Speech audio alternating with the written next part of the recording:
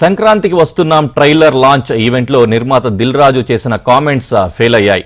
తెలంగాణ సంస్కృతిని దిల్ రాజు హేళన చేశారని సోషల్ మీడియా వేదికగా కొంతమంది పోస్టులు పెట్టడంతో క్షమాపణలు చెప్పారు దిల్ రాజు.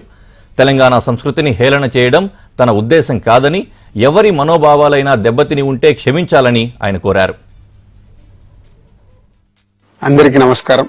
మన మధ్య నిజామాబాద్లో మేము సంక్రాంతికి వస్తున్నాం ఈవెంట్ చేయడం జరిగింది. పోతే ఆ ఈవెంట్లో నేను మన కల్చర్లో ఉండే మన దావత్ గురించి, మటను తెలగలు గురించి సంబోధించాను.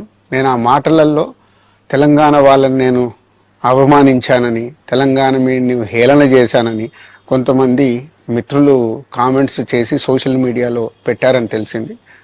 నా ఉద్దేశం అదే స్పీచ్లో లాస్ట్లో చెప్పడం జరిగింది.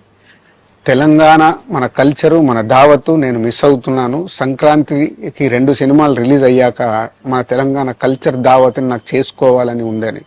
సో మన కల్చర్ని అభిమానిస్తాను నేను. అదే అర్థం చేసుకోకుండా దాన్ని కొందరు సోషల్ మీడియాలో రాద్ధాంతం చేస్తున్నారని తెలిసింది. నిజంగా మీరందరూ ఆ మాట వల్ల ఏదైనా హర్ట్ అయి ఉంటే నన్ను క్షమించండి, ఎందుకంటే నా ఉద్దేశం అది కాదు.